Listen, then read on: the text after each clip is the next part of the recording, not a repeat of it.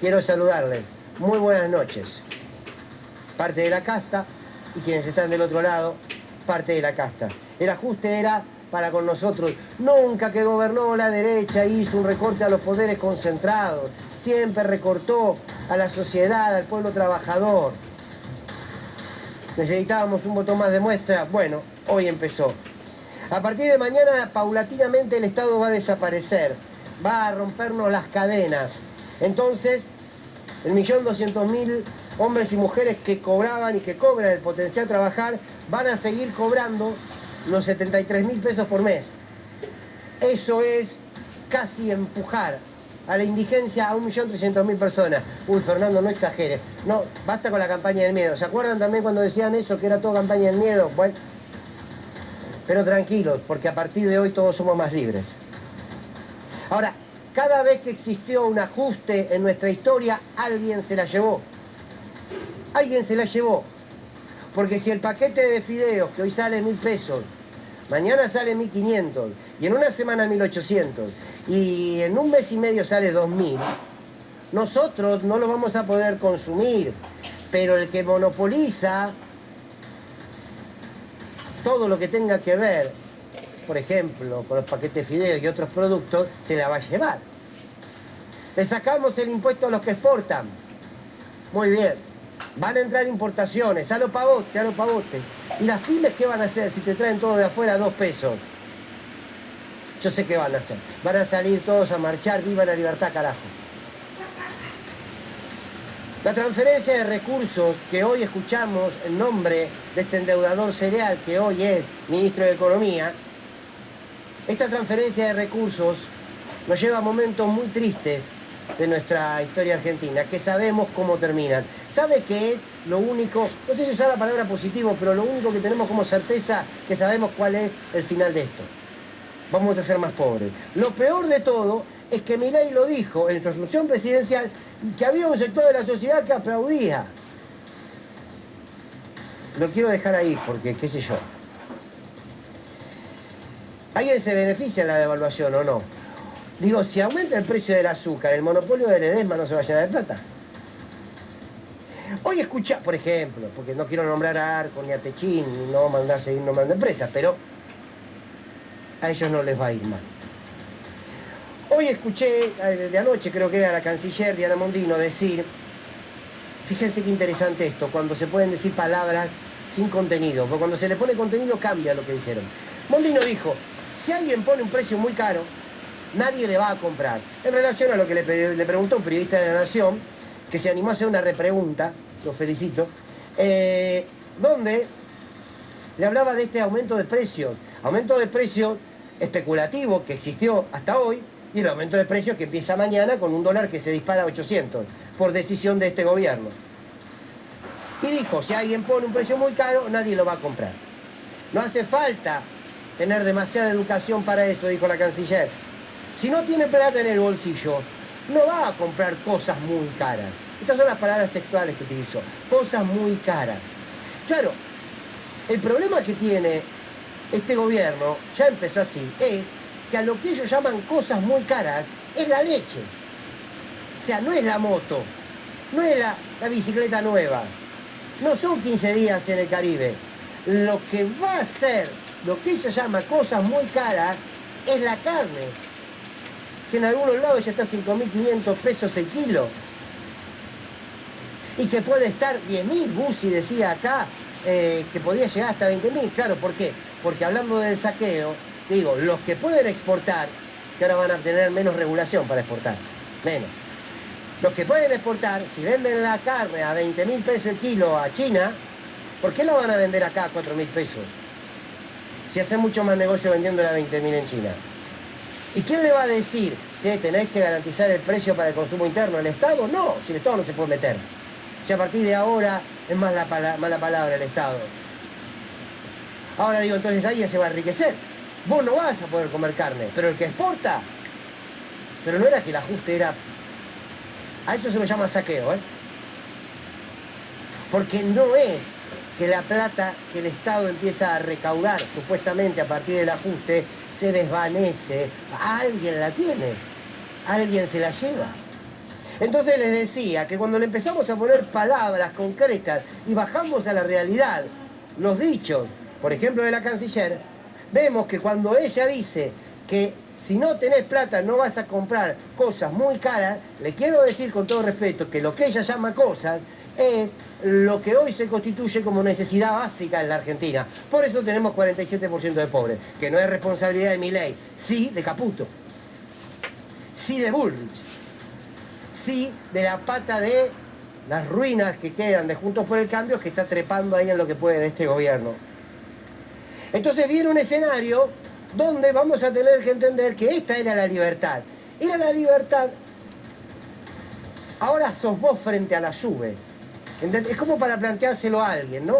Y decirle, mira, te lo voy a ejemplificar de esta manera. Ahora sos vos frente a la lluvia. Vos, tu libertad y la sube. La sube que va a salir 700 más, ¿no? ¿Y que tu salario va a aumentar? No. Pero, claro, nosotros de acá decíamos, che, no existe una libertad si no hay oportunidades. No existe ordenamiento social si no hay trabajo con un salario digno. Todo eso empieza a desaparecer.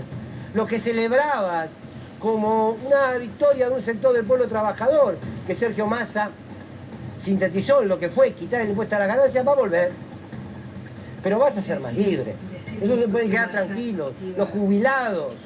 Ahora su jubilación no va a depender de una ley de movilidad automática que te garantizaba su jubilación, los aumentos jubilatorios al año. No, vas a depender de mi ley. Fíjense qué gran espacio de libertad, ¿no? Que mi ingreso dependa de la decisión individual de un presidente o de sus asesores. Bien, comenzó el saqueo en la Argentina. Porque permítanme aburrirlo de aquí en adelante, si Dios quiere, de que cada vez que use la palabra ajuste, voy a usar la palabra saqueo. Porque recién lo decía Pablo Dugan, no escuché la medida que diga cuánto va a ajustarse Caputo, cuánto van a ajustarse las multinacionales que residen aquí en la Argentina, cuánto va a ajustarse el verdadero sector privilegiado de la Argentina. No, le van a ajustar el salario al médico y a la médica del hospital público, al enfermero y a la enfermera, que aquí en la ciudad de Buenos Aires ya cobra una miseria, a ellos se lo van a ajustar. Se lo van a ajustar a los maestros y a las maestras. Y se lo ajustan no solamente con una devaluación que puede duplicar los precios a partir de mañana, sino con subir el precio del tren, el precio del colectivo y el precio de la energía. Hay que garantizar gobernabilidad. Garantizar gobernabilidad significaría, señores, señoras, pasen hambre. Total, esto es parte de la democracia. ¿Cuáles son los argumentos? ¿Cuáles son los argumentos para decir que se van a recortar la obra pública cuando la obra pública nunca debe ser pensada como un gasto, sino como una inversión? ¿Qué le van a decir a los gobernadores? Me pregunto, ¿le van a decir a los gobernadores si vos querés plata para hacer la ruta en tu provincia, vas a tener que votarme esta ley? ¿Eso le van a decir? ¿Y qué van a hacer los dirigentes que están en el legislativo, sobre todo en el Senado? ¿Qué van a hacer? ¿Van a terminar votando esos paquetes de ajuste a cambio de que a su provincia le puedan dar obras? Porque cuando vos recortás, cuando vos le sacás a un sector, también te estás constituyendo como un actor de poder, porque sos el único capaz de volver a darle aquello que le sacaste. Entonces, es una lógica casi de una tortura psíquica. Casi que construís una lógica de dependencia. Me vas a tener que votar lo que te pido, porque no vas a tener recursos. Entramos en toda esta lógica. No hay nada nuevo bajo el sol. Lamento los que creyeron que era algo distinto lo que venía a traer Milei. No hay recetas distintas en el mundo. No existen recetas distintas en el mundo. Bueno, ya empezó. Ya empezó el gobierno. Era necesario que arranque para saber hacia dónde íbamos. Era importante. Bueno, arrancaron de esta manera. Y con todo el respeto, porque es el primer día de gestión, ¿no? Hoy es lunes, no, hoy es martes, segundo. Digo, Tenemos un presidente de la nación que arrancó mintiendo, descaradamente. Más mentiroso que Macri resultó ser. Porque Macri, gran mentiroso, lo decía la madre, no lo digo yo, que le tenía que pegar de chico por lo que mentía. Porque Macri mintió, pero en realidad al principio dijo lo que iba a hacer. Después lo modificó porque si no, no ganaba. Quiero decir, alguna parte de sinceridad tuvo. Este hombre que dijo que venía a traer lo nuevo, trae lo más viejo de la historia, que es una porción del poder del capital concentrado que ajuste a las grandes mayorías. De esto se trata, pero yo les aseguro que somos más libres que ayer. Será repasar la filosofía, no sé. Hoy estoy contento con el nombre de este programa, tenía razón Nicolás Bocacci. Sin lugar para los débiles. Listo. La tibieza ante un ajuste que va a hambrear a la Argentina y ante un saqueo que viene por todos nuestros recursos, la tibieza es complicidad. Bienvenidos y bienvenidas, esto es Más que Nunca Sin Lugar para los Débiles.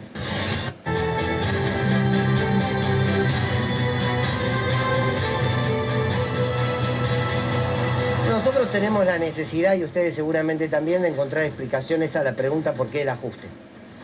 Ajuste al que yo llamo saqueo. Y quiero remarcarlo esto, porque el ajuste es el nombre que coloquialmente, como si no tuviese ningún contenido y ninguna consecuencia concreta, usamos todos, desde los medios, los economistas, los analistas, ajuste, ajuste, ajuste. Bueno, yo lo llamo saqueo, porque si se ajusta a algunos y otros se enriquecen, y la verdad es que hay que hablar también de los que se enriquecen, porque si no, siempre hablamos de la necesidad de que los ajustados cada vez se ajusten más, pero nunca hablamos de la necesidad que aquellos que ganan cada vez más en algún momento ganen un poquito menos, sobre todo si la economía argentina está en llamas, como todos coinciden que está. Cuando uno le pregunta al mercado, a este gobierno, a sus voceros periodísticos, ¿por qué el ajuste? Dice, bueno, hay que sincerar la economía, ¿no? Y la verdad es que uno, lo primero que se pregunta desde la ignorancia quizás sea, ¿qué significa esto de sincerar la economía? Hay una economía mentirosa, dice el mercado. El dólar tiene que estar mucho más alto de lo que está. Entonces vamos a sincerar la economía y vamos a sincerar el valor del dólar. Entonces te meten una devaluación. Y esto se replica en las calles. Y muchos te dicen, y bueno, y sí, hay que bancarse este ajuste porque, bueno, por lo que hicieron los demás, ¿no? Vuelve ahí la idea del pasado como la causante de todo y se busca legitimar o justificar un ajuste que vamos a sufrir y que ya empezamos a sufrir el pueblo argentino.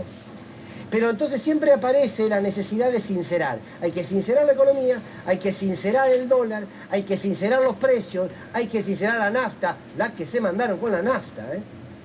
El gobierno que se fue antes de irse mandó un aumentito.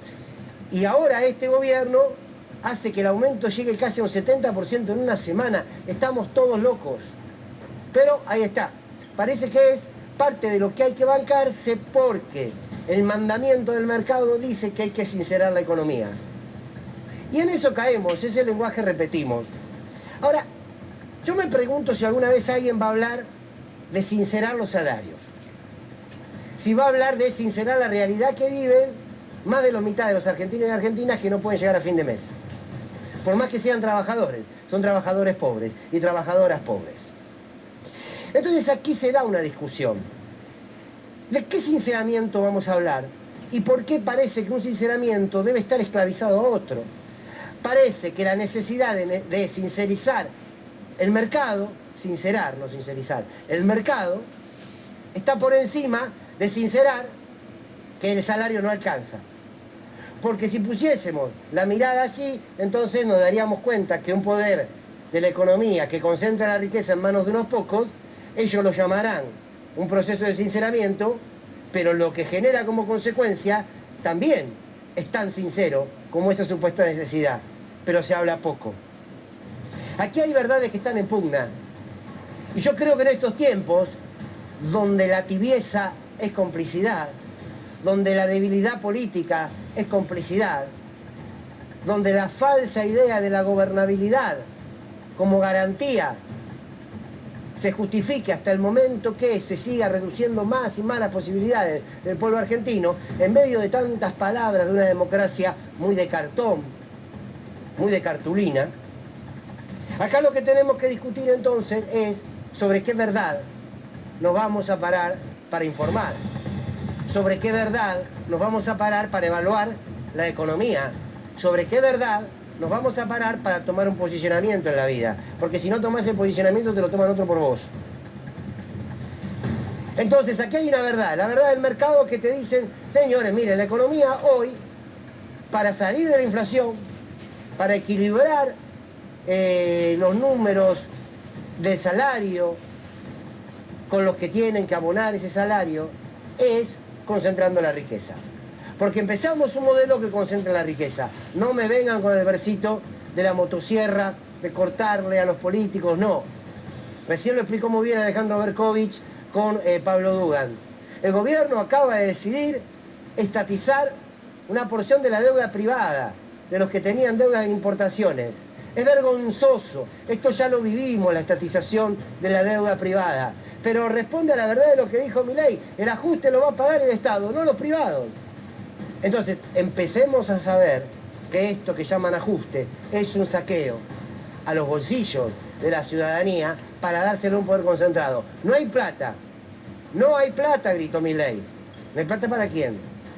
Porque ahora sí van a pagar la deuda de los privados. O sea que hay plata ahí. El problema es quién la tiene, ¿no?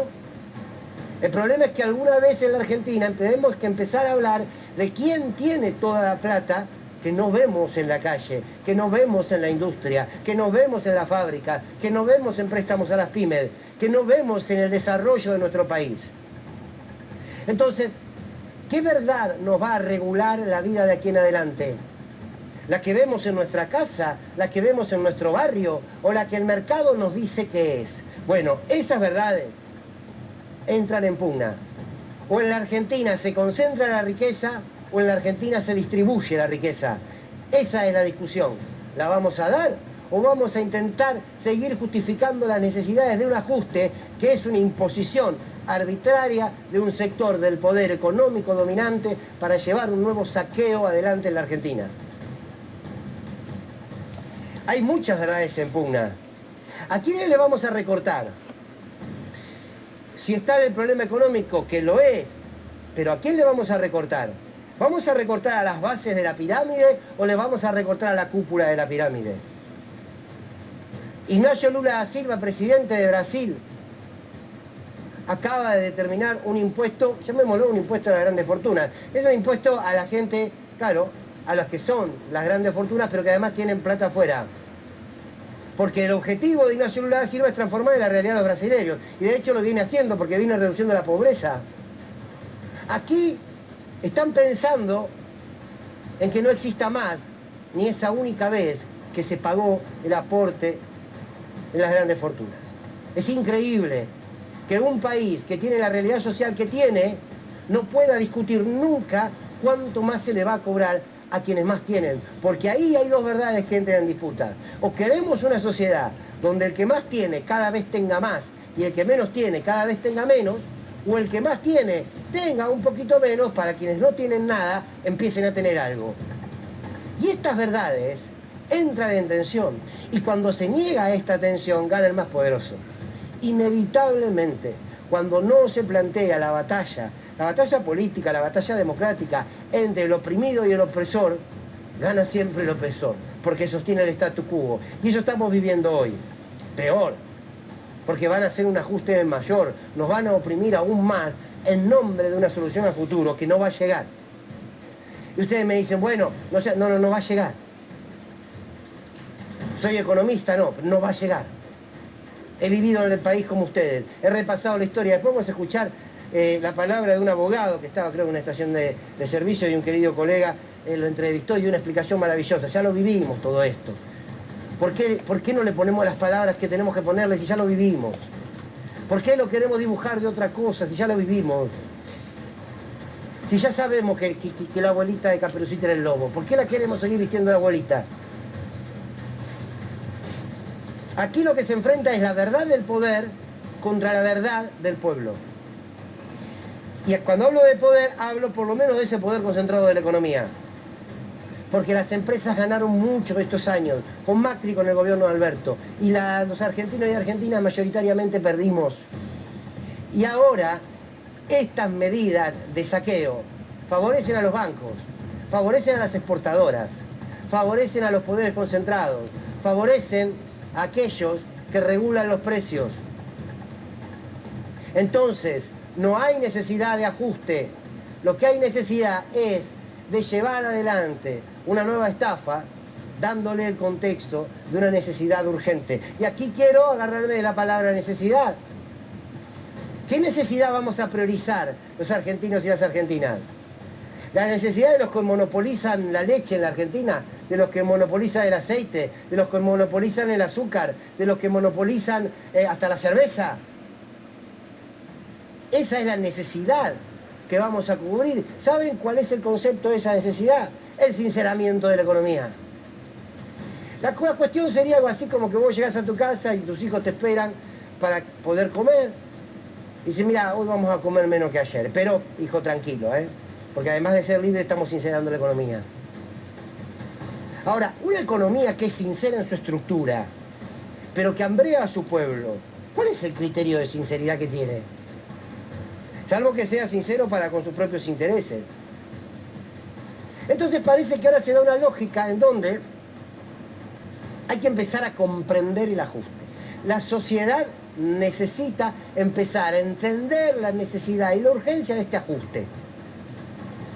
Yo les propongo que empecemos a entender y a legitimar la necesidad de que aquellos que tienen más paguen más.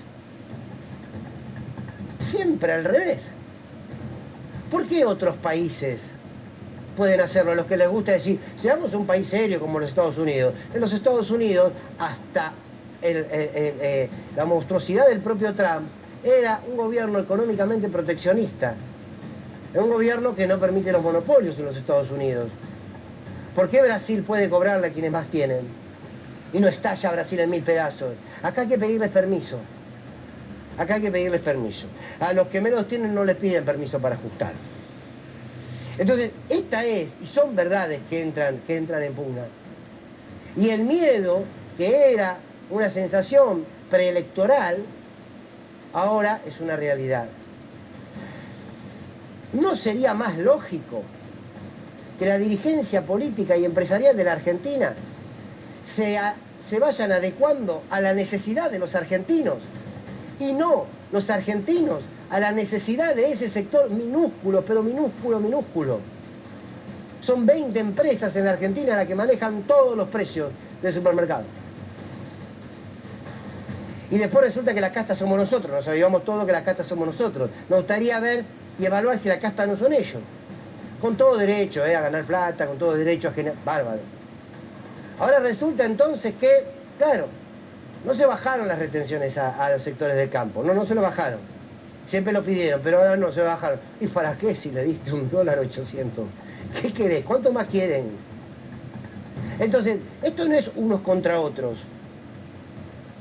Pero es muy llamativo que los mismos que defienden este ajuste hablan de que quieren terminar con la grieta.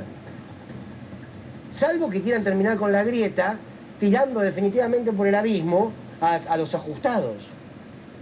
Cuando Milei decía, bueno, vamos a atender a los caídos. No se cae nadie solo. Salvo que esté muy avanzado en edad y que ya los huesos no te den. Pero por lo general, los que llaman caídos son los que han empujado a las marginalidades de un modelo que hoy te ofrece como solución que el marginado sea aún más marginado. Todos estamos esperando nuevas medidas, todos estamos esperando una reacción social dentro de los márgenes de la democracia, pero que creo que puede empezar también desde lo discursivo. No fue un ajuste lo que llevó adelante Martínez de Oz, fue un saqueo, y el Rodrigazo, fue un saqueo. No fue un ajuste lo que hizo el menemismo, fue un saqueo. No fue un ajuste el que hizo Sturzenegger con el megacanje, fue un saqueo. No fue un ajuste el que hizo Macri, fue un saqueo. Y no es un ajuste el de hoy, es un saqueo. Porque, insisto, si yo necesito ajustar la economía de un país para que el país crezca, debo ajustar en todos los sectores. Cuando vos ajustás solo a un sector, es porque estás exprimiendo a ese sector para que la plata vaya a un lado. Hay plata en la Argentina. Hay plata en la Argentina. El problema es que no terminamos de decir dónde está, o no terminamos de saber dónde está. No sabemos dónde están los 45.000 millones de dólares que se fugó Macri, Caputo, Duhovne, Marcos Peña y tantos otros. Entonces nos quedamos con esa lógica y lo peor que podemos hacer es repetirla. Bueno, ajustémonos el cinturón. Vivamos cada día un poquito peor, porque necesitamos ajustarnos. La derrota más grande que podemos cometer como sociedad es no advertir que para que alguien tenga poco, otro tiene que tener mucho. Yo no quiero hacer la revolución cubana, no. Estoy diciendo que mientras ustedes y nosotros no podamos comprar un kilo de carne porque ya está 5.000 o 6.000 pesos, cuando no puedan comprar un litro de leche porque se va a ir al doble de lo que está hoy, sepamos, cuando estemos en la góndola, cuando estemos en la carnicería, que con ese precio que está ahí, alguien se está enriqueciendo. Parece que no nos toca nunca. Bien. Pero somos libres, che. ¿Se acuerda como le decía ayer? Bienvenidos a la libertad de los libertarios que comenzaron una nueva etapa en la Argentina de saqueo. Bienvenidos y bienvenidas. Esto es Sin Lugar para los Débiles. Sin lugar para los débiles. Realmente. Qué doloroso, ¿no? Que se repite la historia siempre lo mismo. Bueno, viste que hablábamos del antipiquete de Bullrich. Sí. Bueno, y de que Miriam Bregman le había dicho que es absolutamente inconstitucional. Bueno, el diputado nacional José Luis Espert, de Juntos por el Cambio, amenazó a Bregman tras cuestionar el protocolo lanzado por Bullrich. Cárcel o bala, escribió en Twitter. Bregman le contestó: se ampara en el poder de turno y cree que eso es ser valiente. Las mujeres hemos enfrentado a muchos como estos. Lo volveremos a hacer. Tras el anuncio del protocolo antipiquetes por parte de Bullrich, la unidad piquetera y el FIT también ratificaron la marcha prevista para el próximo miércoles, cuyos detalles se darán a conocer hoy. Miriam Bregman señaló que el 20 de diciembre van a estar en la calle una vez más, acompañando todos los reclamos, ejerciendo el derecho a manifestarse y mostrando que somos miles los que no aceptamos que este ajuste brutal lo pague el pueblo trabajador. El dirigente de Unidad Piquetera, Eduardo Beliboni, consideró que han anunciado un plan de guerra contra el pueblo, que además es amenazado con represión. No van a tener éxito. Esto se va a expresar en las calles pacíficamente.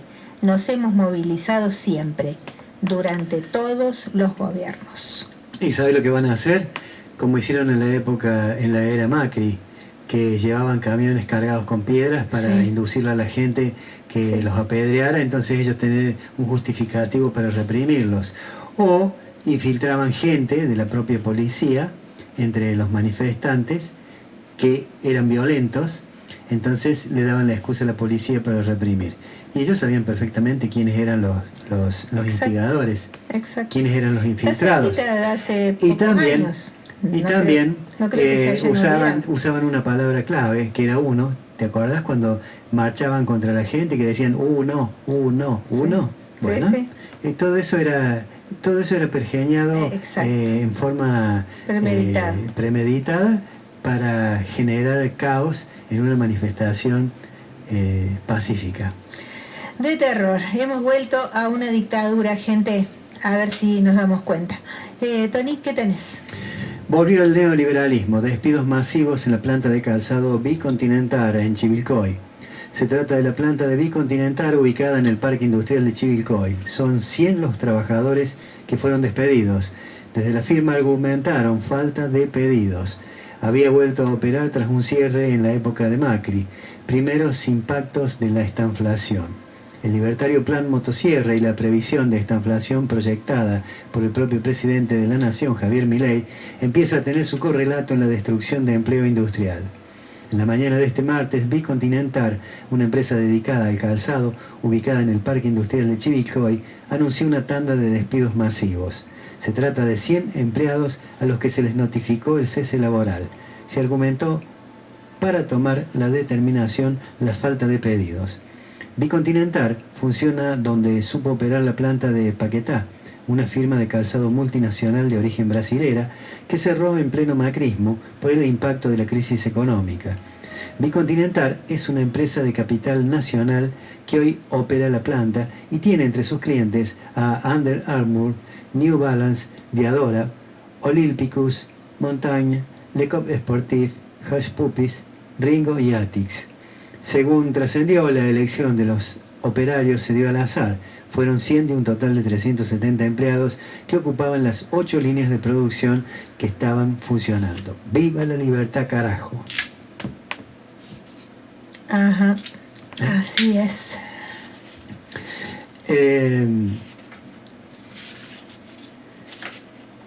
¿Cómo te pueden mentir así, no? De una manera realmente, tan brutal. Realmente. Y volviendo al tema de la ley de abastecimiento, ¿cuál es el significado de dicha ley si la llegan a sacar? ¿Qué es lo que puede llegar a pasar? La ley de abastecimiento que entró en vigencia ya por el año 1974, ¿y por qué la derogación impactará en los precios? La normativa sancionada durante el tercer mandato de Perón fija precios máximos de productos de necesidades básicas o esenciales, sanciona a las empresas que suban los precios de forma injustificada y controla la escasez de bienes o servicios, entre otros puntos clave. En línea con el plan de desregulación del mercado del gobierno de Javier Milei, el nuevo secretario de Comercio, Pablo Lavín, se comprometió a derogar la ley de abastecimiento. Esta normativa, que tiene vigencia desde el año 1974 y fue modificada una sola vez en 2014, mediante esta ley, el Estado protege el